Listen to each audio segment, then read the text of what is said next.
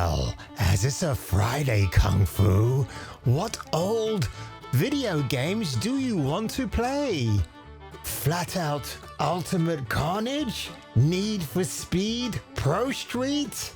Or saving the breast for last? Need for Speed Undercover? And by the way, ladies and gentlemen, who did not buy this game because of the advertising campaign featuring the then lovely Maggie Q? But today, folks, if you own physical media like this, or even a CD, or even movies, guess what?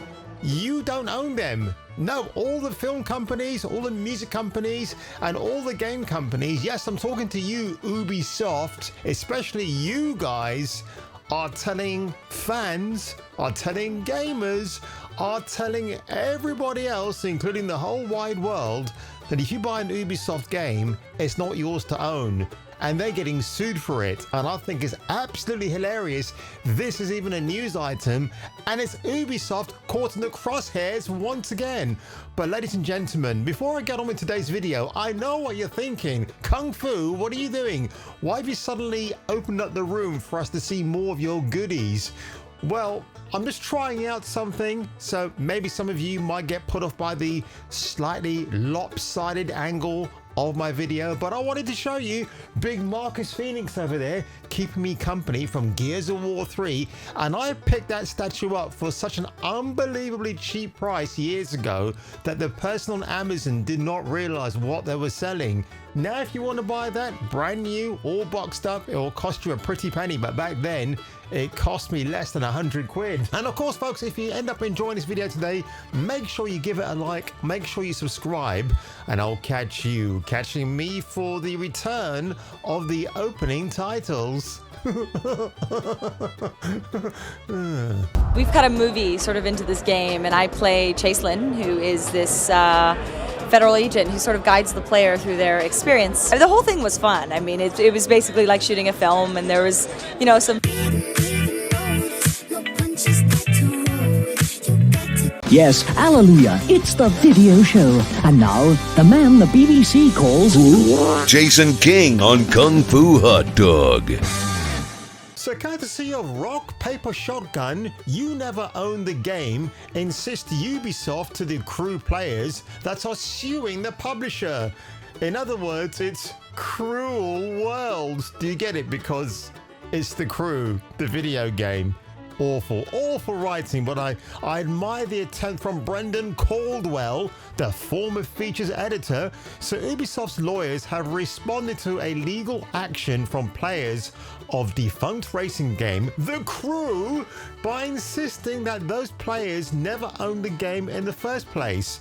The players made their lawsuit to complain about the game being made unplayable when the servers were shut down last year, but Ubisoft have now responded to argue that the game was only licensed not to thrill or to kill like 007 for those playing, and players should never have expected the game to be usable in perpetuity. One of my favorite words. Effective immediately. Your license to kill is revoked. Ubisoft's legal team made the argument in a motion to have the case dismissed, Your Honor, as seen by Polygon.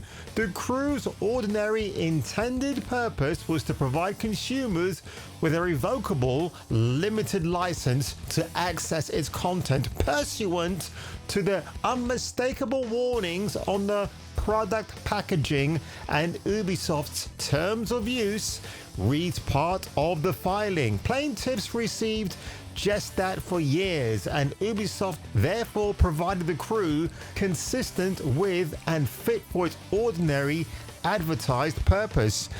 Right, this is probably going to be one of those moments in time, folks, where while Ubisoft did state that, fair enough, they did. This is why I don't like live service games as a service bullshit. A lot of the physical media I own, whether it's movies or video games, right, they're not attached to online bullshit. I've got an old PlayStation 3, so if I want to play Need for Speed Underground, I can with no restrictions whatsoever. I've got an old Xbox 360. if I want to play some of the not backward compatible games that are available on the later models of the Xbox, I can pump that up on as well. Do you know what I mean? I can do that. It's great. I've got a PlayStation 4, which again might not be so grand in the scheme of things, but the older consoles, that's why I can plug and play them. I don't even have to connect them online. That's the best thing about it. And therefore, I have no restrictions. So again, when it comes to, oh, you don't own your own physical media, Kung Fu. Yes, you do. There are certain things you can buy, like your movies, as long as your DVD or Blu-ray player doesn't need online connectivity. Well, especially with a DVD, because I would call it a digital/analog device, right? Why would it need online connectivity? So in that, and I've never heard about a dedicated movie player that needs a firmware update. I've never heard of that at all. But let's get back to this silly video, folks. Ubisoft made The Crew unplayable when it took the servers offline last year, ending 10 years of support. So already, Ubisoft already know that this game was supported like hell by a dedicated hardcore fan base. It started disappearing from game libraries shortly afterwards, making any hopes of a fan preservation movement, as sometimes happened with defunct MMOs, more unlikely. Eventually, some players launched the class action lawsuit, which Ubi are now trying to get dismissed. The plaintiffs are seeking monetary relief and damages for those impacted by the server shutdown. It may be a significant legal case in the event it's brought to court proper, although these things are often settled or dismissed before it gets that far. Valve makes similar. It's only a license argument about all those unplayed JRPGs clogging up your Steam library, and now show a more prominent warning that you're actually only buying a digital license when you buy a game on their store. This is also the reason why you won't be able to legally pass on your Steam library after you die in that terrible go-karting accident, at least according to Valve. Our worries are whether or not you actually own anything you download can be traced back to time immemorial, or at least back to 2012. And Ubisoft's latest comments are a further digging in of corporate heels on this legality. As for The Crew itself, it was an okay racing game, nothing very special in my book, but I do have fond memories of taking a cross-country road trip in the game with Adam. RPS in peace. Okay, so it's a very interesting case that's brought up here. I'm a big believer in preserving physical media of all walks of life, right? I mean, why not? And again, Ubisoft, the reason why they got this Ubi Plus subscription platform where you pay what, $7 a month to play their games that you can download but you can never keep. And again, that is something that they're trying to rectify in American government, or they might be passing that law in very soon, where they have to let customers know, whether you're on Amazon or Netflix or anything else, that any film you download, it ain't yours to keep. It's a license that you have for a certain amount of time, and that's it. And again, I've heard this thing about your operating system. So if you're a Windows user like I am, you don't own the system, Microsoft does, which is true. But it also means that everything on your system they also own, which means I better get rid of those AI pics and those hot body booty pictures off my PC right away.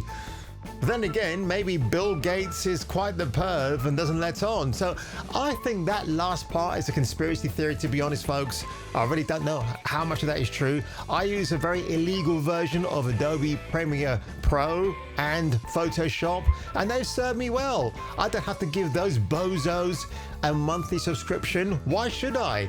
And if I really have to go to all depths of depravity, I will even seek out an original disc on eBay and buy that if I want to use Photoshop or Premiere Pro. So I don't really care. But also one thing I do care about, folks, is that you gave this video your time, your attention today. I'm still waiting for that Running Man trailer to drop from Paramount. They might do it today. They might do it tomorrow. I think I might do it tomorrow. It's all a bit of a TikTok guessing game at the moment.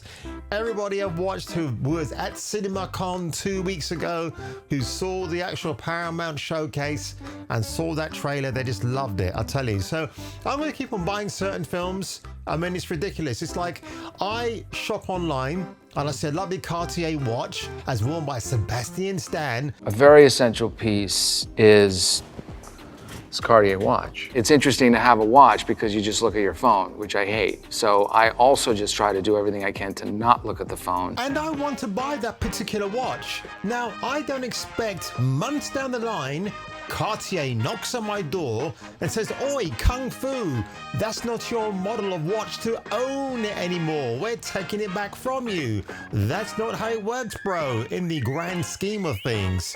But of course, folks, if you did enjoy this video today, make sure you give it a like, smash that subscribe button. And if I were you, and if you were me, Ash, they were a good group, weren't they? Back in the day, I rather liked this album, and I paid not even a pretty penny for this weeks ago at a charity shop. But of course, folks, we've got to talk about the Bloodhound Gang, and hooray for boobies! You know what that means, don't you? Yep, I'm gonna splash this end video with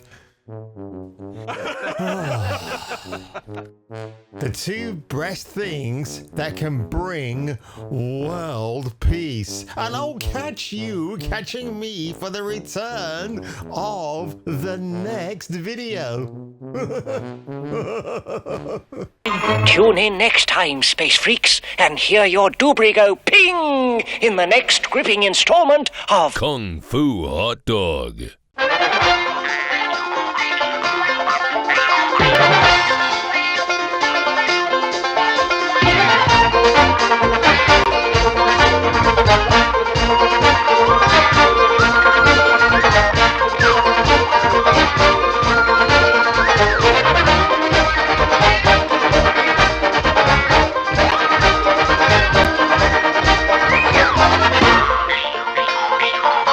Right?